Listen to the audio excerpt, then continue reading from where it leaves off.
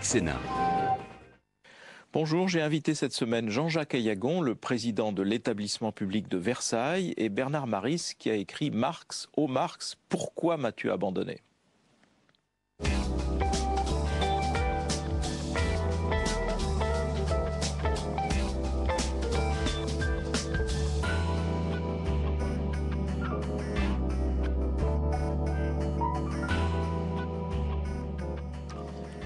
Jean-Jacques Aillagon, bonjour. Bonjour. Merci d'être avec nous. Vous êtes le président de l'établissement public de Versailles. Et vous êtes celui par qui l'invraisemblable est arrivé, c'est-à-dire que ça faisait peut-être, je ne sais pas, 2 siècles qu'il n'y avait pas eu de manifestants devant les grilles du château, avec des pancartes de protestation. Non plus des fourches cette fois, mais des pancartes. Et c'est vous, c'est-à-dire l'exposition que vous aviez organisée à Versailles autour d'un artiste japonais qui s'appelle Murakami. Murakami. Bon, tout d'abord, les manifestants étaient moins nombreux qu'au 6 octobre 1789, parce que le 6 octobre 89, la foule a eu raison du roi et de la reine. Là, il y avait 48 manifestants, donc pas de quoi troubler la sérénité du château. Mais au-delà, il y a quand même une polémique qui s'est installée dans divers milieux, qui s'intéresse à la fois au patrimoine et puis aussi à l'art contemporain, autour de ce principe même que vous avez initié à Versailles. Vous l'aviez initié avec Jeff Koons, qui est un artiste américain.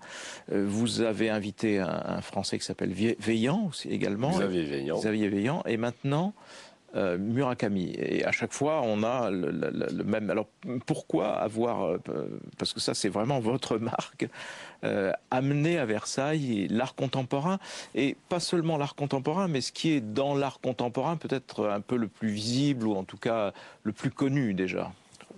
Tout d'abord, je tiens à vous dire que je l'ai fait par conviction et non pas par provocation, comme certains pourraient se l'imaginer. Je ne l'ai pas fait non plus pour produire à chaque fois une vaste campagne de promotion du château, parce qu'en effet, de ces expositions, on en parle dans la terre tout entière, et ça fournit de fait au château une formidable occasion de faire parler de lui. Donc c'est bon également pour la renommée, la réputation et le rayonnement du château de Versailles. Mais bon, ce n'est pas la raison qui m'a déterminé à faire le choix de ce type de programmation. Je l'ai fait tout simplement parce que j'ai la conviction qu'il faut le faire. Je l'ai fait parce que je m'inscris tout simplement dans ce que recommandent depuis 50 ans tous les ministres de la culture de notre pays, c'est-à-dire d'ouvrir, dont moi-même, à un moment donné, d'ouvrir le patrimoine à la création. Vous savez, je crois que dans un monument, dans un musée comme Versailles, ce qu'il faut naturellement tout d'abord faire, c'est prendre en charge le patrimoine qui nous a été confié, le mettre en valeur, le restaurer, et nous le faisons comme jamais ça n'a été fait, l'enrichir par des acquisitions, le faire comprendre au public à travers des publications, à travers des expositions. Dans quelques semaines, nous ouvrons une exposition consacrée aux sciences et à la curiosité à la cour de Versailles au XVIIe et au XVIIIe siècle. Mais une fois que tout cela a été fait et que tout cela a été bien fait, je crois qu'on a également le devoir de faire en sorte que le patrimoine apparaisse ou soit désigné comme un espace susceptible de recevoir l'expression de la création contemporaine, et cela dans tous les domaines de son expression. Les arts plastiques, mais également la musique, également le spectacle. L'exposition Murakami, ou hier l'exposition Vaillant, montre qu'entre les œuvres du passé et les œuvres d'aujourd'hui, il y a des correspondances, qu'on ne peut pas enfermer le passé dans un ghetto et l'expression contemporaine, la création contemporaine dans un autre ghetto, que les œuvres ont cette faculté incroyable et unique de se parler par-delà les siècles, par-delà les civilisations. Malraux a beaucoup écrit sur le sujet. Malraux était obsédé par la question de l'intemporalité des œuvres d'art. C'est ce que nous démontrons à travers une exposition comme Murakami. On reviendra sur Versailles, on va passer quelques temps sur la polémique, et puis vous allez un peu mieux nous expliquer pourquoi Murakami. Mais sur la polémique, on dit au fond ces artistes contemporains, Damien Hirst, Jeff Koons, Murakami, etc., ont une façon presque business de traiter leur art, et donc au fond on participe d'une forme de spéculation, tout simplement, parce qu'ils sont dans cet univers-là où les cotes sont comme à la bourse, montent, etc. Bref, ce sont de véritables hommes d'affaires. Alors comment réagir ou comment se positionner par rapport à cela? Tout d'abord, je crois qu'il faut rappeler que ce n'est pas la première fois dans l'histoire de l'art que des artistes travaillent de cette manière extrêmement organisée. Des artistes comme Rubens ou comme Van Dyck, tous les princes de l'Europe se disputaient, faisaient travailler des ateliers considérables et donc gérer de véritables centres de production artistique, comme le font un certain nombre d'artistes contemporains depuis Andy Warhol. Oui. Aujourd'hui, les artistes sont souvent très préoccupés et même très engagés dans les processus de production massive de leur œuvre. Mais, d'autre part, je crois qu'il faut également bien se rendre compte, on a souvent évoqué la question de la cote, la question de l'argent, la question de la valeur commerciale des œuvres. Oui, parce qu'on peut considérer qu'à travers ça, normalement, ça les valorise. Écoutez, donc ça fait monter leur cote. De la même manière que toute exposition d'une œuvre dans un musée valorise, flatte la cote de l'œuvre qui est exposée, qu'elle soit contemporaine ou qu'elle soit ancienne. Je cite souvent cet exemple. Il y a quelques mois, nous avons présenté une importante exposition Louis XIV, L'Homme, le Roi, pour laquelle nous avons fait venir des objets importants du monde entier, et notamment de certaines grandes collections européennes. Il est évident que la présentation de ces objets à Versailles les a valorisés. Que si demain ces objets se présentaient dans une vente publique chez Christie's ou Sotheby's, la référence de leur exposition à Versailles serait un atout supplémentaire. Mais ce n'est pas pour cette raison qu'il ne faudrait plus rien présenter. On risquerait à ce moment-là d'être comme Emmanuel Kant, d'avoir les mains pures, parce qu'on n'a pas de main.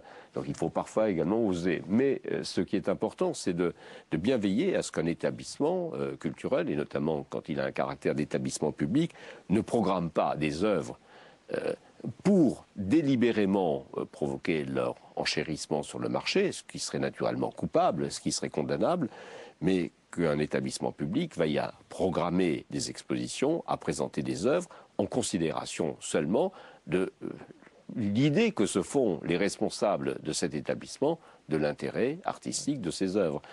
Quand je choisis d'exposer Murakami, naturellement je prends en compte la cote déjà considérable de cet artiste. J'en subis d'ailleurs les conséquences, puisque je dois assurer les œuvres. Donc ce n'est pas sans conséquence sur mon budget. Mais en même temps, je fais ce choix parce que j'estime l'œuvre de Murakami, et j'estime surtout que cette œuvre entretient avec le château de Versailles une relation dynamique. Alors, il faut quand même se méfier d'une chose, souvent dans ces critiques un peu récurrentes sur la complétion. On voit, c'est installé dans la Galerie des Glaces, donc on voit ici dans le salon. On voit le choc des cultures. Ici dans le salon d'Hercule, en même temps, je trouve qu'il y a une sorte de correspondance entre l'état d'esprit joyeux de Versailles, parce qu'il ne faut pas oublier que Versailles a été voulu pour la fête et non pas pour la pénitence. L'état d'esprit joyeux de Versailles et la joie, l'exubérance de ces œuvres. D'autre part, il ne faut pas oublier que Versailles est un vaste système décoratif qui était destiné à susciter des mythes, et notamment des mythes autour de la personne du roi, de la même façon que ces œuvres s'emparent de mythes de la culture de Murakami pour les revisiter, les explorer. Donc il y a des correspondances subtiles. Regardez ici la dorure de cette grande sculpture, de cet ovale Bouddha présenté dans le jardin. Il est évident qu'il y a une correspondance avec la dorure des toitures de Versailles. On est finalement dans la même esthétique baroquisante. Et donc, Murakami, quelle place? Vous l'avez choisi parce qu'il occupe cette place particulière dans la culture contemporaine? Oui, tout d'abord, j'ai choisi parce que c'était le tour de choisir un artiste étranger. Oui. L'année dernière, vous alternez. On alternait un Français, absolument. Un étranger. L'année prochaine, ce sera un Français. D'autre part, je crois qu'il faut choisir des artistes qui disposent déjà d'une certaine notoriété, sous peine de voir leurs œuvres écrasées par la notoriété de Versailles. Troisièmement, je crois qu'il faut choisir des œuvres, des artistes, et donc des œuvres qui ont un écho possible avec ou l'histoire, ou le décor, ou l'état d'esprit de Versailles, ce qui, à mes yeux, est le cas pour Murakami. Alors naturellement, le jugement critique peut ensuite trouver que ces correspondances ne sont pas pertinentes ou qu'elles n'ont pas lieu, mais là on est dans le domaine de l'appréciation critique de chacun des visiteurs. Sur une de ces pièces maîtresses qui est le bouquet... le Flower Matango, donc un bouquet de fleurs présenté dans la Galerie des Glaces. Oui.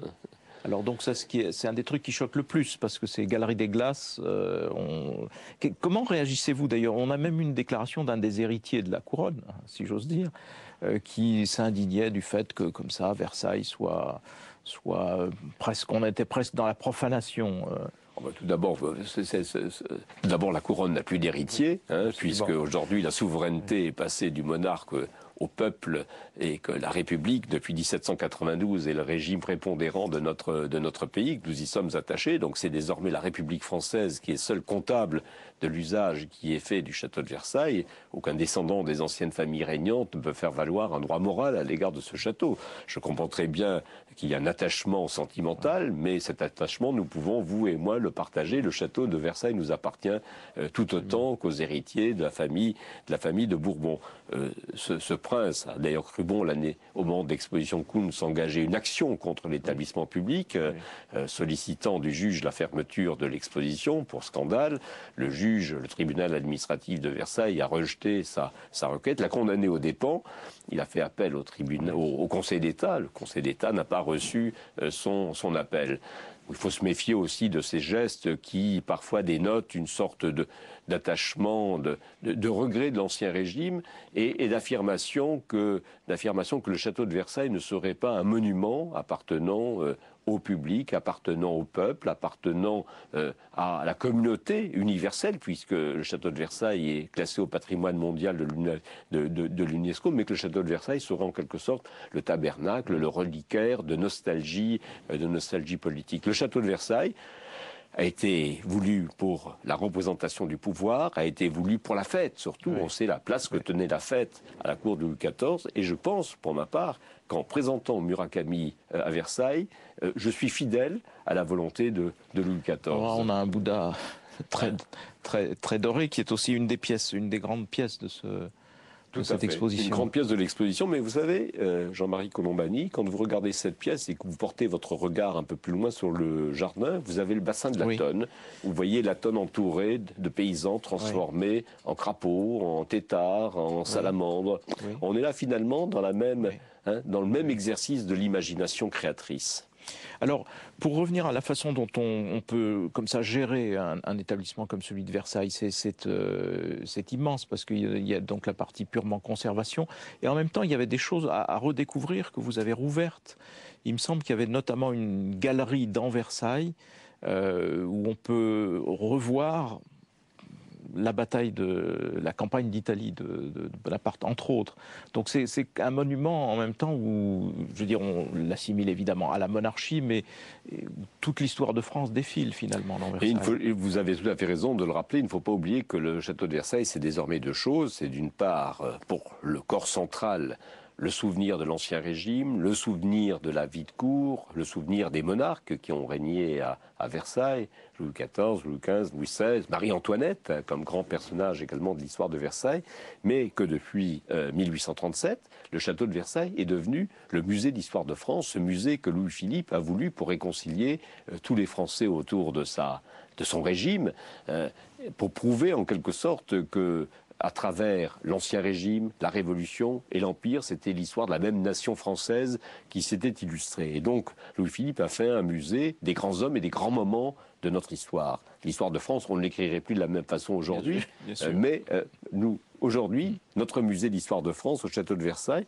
nous indique, nous renseigne sur la façon dont on concevait cette histoire de France en 1837. C'est un musée qui rassemble beaucoup de chefs-d'œuvre. C'est la plus belle galerie napoléonienne de France. Et c'est un musée qui, d'ailleurs, de façon intéressante, poursuit son exercice iconographique jusqu'à la fin du XIXe siècle. On trouve encore Clémenceau, on trouve Pasteur, on trouve un certain nombre de grands écrivains ou de grandes figures de la fin du XIXe siècle dans cette galerie historique. Et mon souci, c'est de faire en sorte qu'à Versailles, nous puissions mieux montrer ces collections historiques, ces galeries historiques au public, à côté, naturellement, du corps central et de la résidence royale.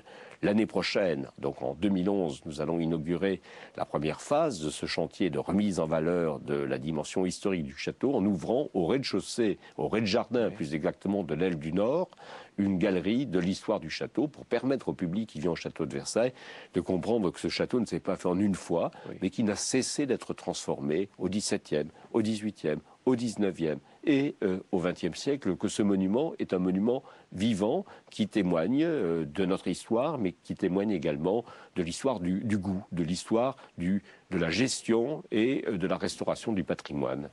Donc là, avec une intrusion sur le goût contemporain, enfin une partie du goût contemporain, parce que évidemment ces artistes contemporains sont évidemment sujets à beaucoup de... certains d'ailleurs ne veulent y voir que quelque chose de très fugitif, donc de très lié à leur cote actuelle, et puis qui ne subsisteront pas. Mais ça, c'est un peu difficile de... Ça, c'est l'histoire. C'est l'histoire qui fait le tri. Vous savez, aucun d'entre nous ne sait ce que l'histoire retiendra de nos passions, de nos goûts, de nos préférences, de nos choix, de nos achats. De Jeff Koons ou de Murakami. Ouais, il faut être humble à l'égard de l'histoire. Mais n'oubliez pas, nous parlions de Louis-Philippe. Louis-Philippe a introduit l'art contemporain au château de Versailles, puisque pour réaliser ces grandes galeries historiques, il a fait travailler des artistes de son temps, Horace Vernet et Paul Delaroche, Delacroix ont travaillé au château de Versailles. Et le château de Versailles comporte même aujourd'hui des salles néo-gothiques, ce qui est quand même incongru d'un point de vue historique. Oui. Mais ce château a connu, à d'autres moments de son histoire, des rendez-vous avec la sensibilité artistique d'un autre temps que celui de l'Ancien Régime, et avec d'autres artistes que ceux qui ont travaillé au XVIIe et au XVIIIe siècle. Un mot pour conclure, Jean-Jacques Aillagon, vous avez été ministre, donc ministre de la Culture. Comment on passe de ministre de la Culture à homme de terrain de la culture? Du coup, vous voyez l'autre bout, j'imagine, des choses, et notamment avec le grand problème de la culture aujourd'hui, qui est son financement. Donc, est-ce que Versailles reste en grande partie financé par des dons privés, ou bon, on sait que le mécénat va prendre une part dans l'avenir de plus en plus grande dans le financement de la culture? Tout d'abord, je tiens à vous rappeler qu'en dirigeant Versailles, je suis revenu à mon métier antérieur à l'exercice de ma mission de ministre de la Culture, puisque j'avais été président du Centre Pompidou. Donc finalement, aujourd'hui à Versailles, j'exerce... Le Centre Pompidou qui est le temple de l'art contemporain. Le temple de l'art contemporain. Vous faites la jonction entre les deux. Donc, voilà, donc finalement j'aurais eu une vie assez cohérente, j'aurais réussi à établir des échos entre les différents moments de mon histoire professionnelle. Alors, le château de Versailles a une caractéristique par rapport à tous les autres établissements du ministère de la Culture, c'est qu'il ne reçoit pas à proprement parler de subventions de fonctionnement de l'État. L'État concourt à son fonctionnement par la rémunération directe des fonctionnaires qui sont affectés au service de l'établissement et par une subvention d'investissement au titre des campagnes de grands travaux que j'avais mises en œuvre en 2003 quand j'étais ministre de la Culture. Mais sinon, l'établissement de Versailles vit essentiellement grâce à sa recette. Voilà. Sa recette, ce sont la billetterie, recette principale. Ce sont les produits tirés de l'exploitation domaniale, les concessions par exemple, ou les locations d'espace. C'est également le mécénat. Et c'est un point auquel j'attache pour ma part beaucoup d'importance, puisque, vous vous en souvenez peut-être, je suis l'auteur de la loi du 1er août 2003, loi sur le mécénat et les fondations, qui, je crois, a beaucoup amélioré la mobilisation du mécénat en faveur de projets d'intérêt général dans notre pays. Alors, le mécénat, naturellement, c'est une donnée variable. Ça peut rapporter gros certaines années, peu d'autres années. C'est la raison pour laquelle je crois, quel que soit le développement du mécénat, à la nécessité d'affirmer la pérennité de l'engagement de l'État et de la collectivité publique, des collectivités publiques à un haut niveau. En tout cas, merci Jean-Jacques Aillagon. Et pour celles et ceux qui veulent se rendre compte, on en a donné un petit aperçu tout à l'heure, mais pour celles qui veulent voir des visus, il faut évidemment aller à Versailles pour cette confrontation entre Murakami et ce site magnifique qu'est le château de Versailles. Merci Jean-Jacques Aillagon. Merci à vous.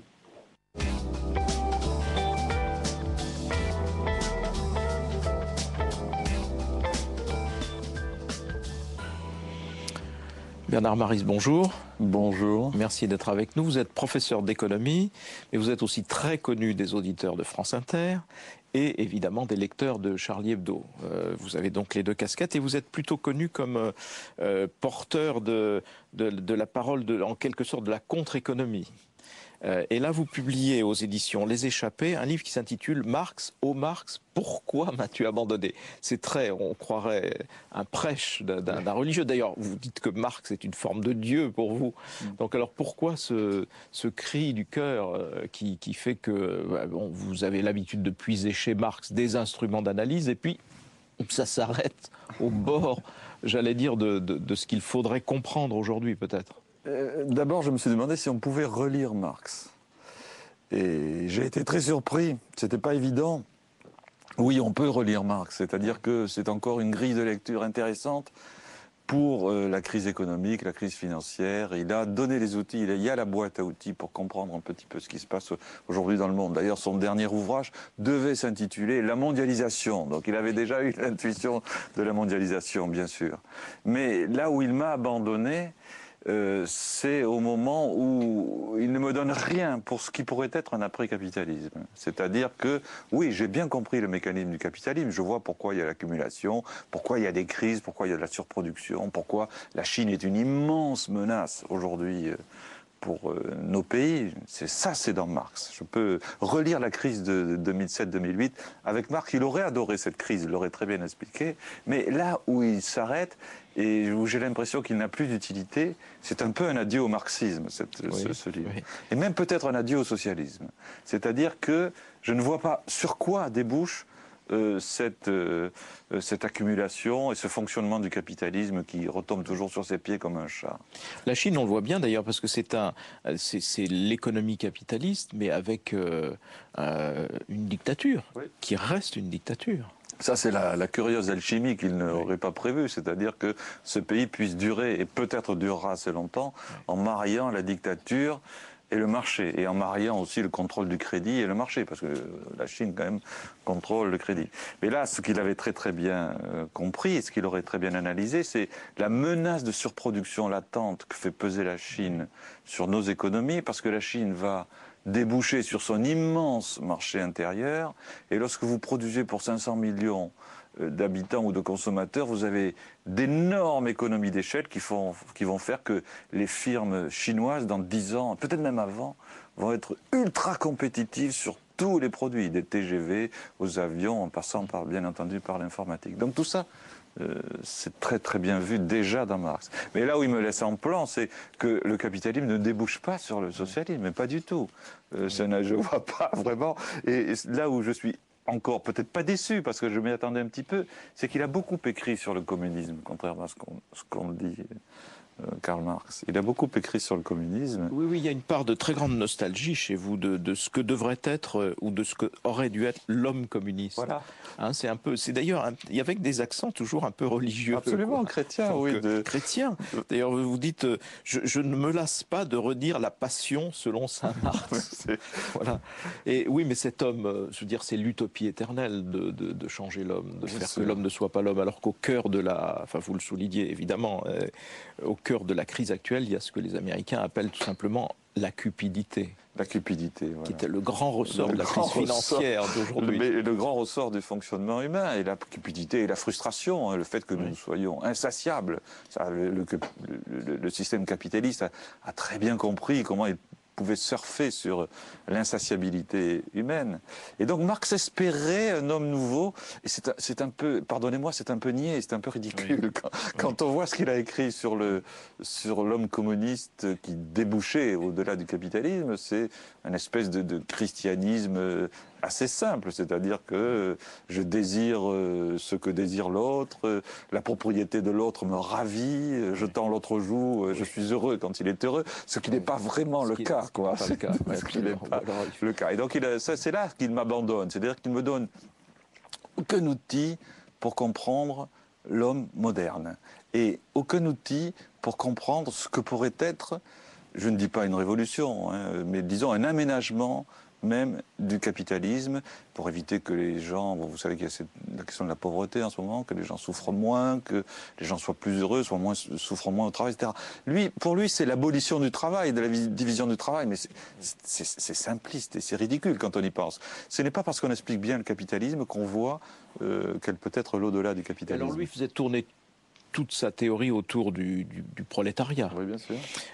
Le grand problème d'aujourd'hui, c'est la classe moyenne. Voilà. Ce sont les classes moyennes. On voit bien que l'émergence, heureuse d'ailleurs, des classes moyennes chinoises, indiennes, brésiliennes, etc., fait peser sur les classes moyennes de nos vieux pays une menace terrible. Et donc là, au fond, on manque, pour le coup, d'outils d'analyse. Bien sûr. Et là où il échoue totalement, à mon sens, c'est que cette prolétarisation du monde devait donner des hommes productifs, intelligents, conscients, capables de prendre la démocratie dans leurs mains. Enfin, c'était une espèce d'homme nouveau qui devait naître. Pas du tout un homme nouveau que l'on voit apparaître. On voit apparaître des consommateurs, et c'est heureux, des gens qui vivent plus longtemps, dont la mortalité infantile est plus faible, etc. Mais on ne voit pas du tout cette espèce d'homme nouveau dans lequel il voit l'ouvrier. Pour lui, l'ouvrier français, c'était une espèce de mythe. C'était lui qui allait créer le socialisme. Pas du tout. Les gens souffrent au travail, les gens se suicident à France Télécom. Il y a encore des choses qui font que il y a de la servitude volontaire dans le travail. C'est des choses bizarres qu'il n'a pas du tout anticipées et qui font que le capitalisme, à mon sens, prend un nouveau visage dans lesquels les outils marxistes ne peuvent plus rien donner. Je ne dis pas qu'il ne sait pas expliquer la crise. Il explique très très bien la crise. Il expliquera toujours les crises. Mais ce qui peut se passer après, non. Quand on est professeur d'économie, comme vous l'êtes, quelles sont les références aujourd'hui? C'est quoi? C'est Stiglitz? Ou bien ce sont peut-être d'autres... ou le chef économiste du FMI, Olivier Blanchard. Qui est un homme remarquable. Oui. Moi, je dirais, je reste... pour tout ce qui est analyse financière, tout ce qui est analyse de la spéculation, mimétisme, panique, crash, etc., je reste très keynésien. Je pense que dans Keynes, il y a, dans la théorie générale, des explications de mimétisme, de bulles qui sont extrêmement convaincantes, qui ont été reprises par des économistes. En France, par exemple, un économiste comme André Orléans, ou des gens comme ça, sont très bons. Mais je reste marxiste en économie parce que je pense que la valeur travail, pour moi, reste au cœur de l'explication de la valeur. Et je crois que la valeur travail est acceptée par beaucoup de patrons, par exemple, ou par beaucoup d'hommes politiques qui considèrent que quand même ce qui fait la valeur des objets et ce qui fait la valeur des champs, c'est quand même largement le travail humain. Et en même temps, est-ce qu'on n'est pas au cœur de nos problèmes? Je reviens à nos problèmes européens et français, c'est-à-dire la quantité de travail. Et donc, si on parle quantité de travail et si on considère qu'elle est insuffisante, ça renvoie au problème de comment on vit la valeur travail ou comment on la réhabilite, finalement. Voilà, bien sûr. Là aussi, c'est un échec du marxisme, me semble-t-il, toujours dans l'au-delà du capitalisme. C'est que le premier pas vers le communisme, disait Marx, c'est la réduction de la journée de travail. Bon, mais il parlait à une époque où, effectivement, les enfants travaillaient 10 heures par jour. C'est pas notre époque. Mais le problème aujourd'hui, c'est qu'il n'y a pas assez de quantité de travail. Je ne veux pas mettre les gens au travail, hein, loin de moi l'idée de... Mais la menace que fait peser un pays comme la Chine, encore une fois, et bientôt l'Inde et le Brésil aussi sur les pays occidentaux, c'est qu'ils travaillent très bien, beaucoup, sont très mal payés, et bientôt, en consommant les produits qu'eux-mêmes ils produisent, ils vont avoir des gains de compétitivité absolument phénoménaux. Donc ça va très très mal. Et ça, on ne voit pas comment on peut lutter. Moi, franchement, je suis un petit peu innocent en la matière. Je ne vois pas très bien comment on peut lutter contre ce phénomène qui s'annonce massif. En tout cas, pour comprendre donc la situation actuelle, donc je vais renvoyer à votre livre Marx, oh Marx, pourquoi m'as-tu abandonné? C'est une lecture à la fois légère, presque joyeuse. Beaucoup de nostalgie aussi, malgré tout, parce qu'on se souvient de ces grandes années où la théorie était décortiquée, analysée, etc. Et en même temps, c'est un bon instrument pour comprendre largement ce qui se passe aujourd'hui en économie. Bernard Maris, donc merci d'avoir été avec nous pour cette lecture à la fois joyeuse et nostalgique de Marx, oh Marx, pourquoi m'as-tu abandonné? Aux éditions Les Échappés. Merci à vous. Merci à vous. Et pour toutes celles et ceux d'entre vous qui souhaitaient retrouver les propos de Jean-Jacques Ayagon et de Bernard Maris, rendez-vous à tout moment sur publicsénat.fr.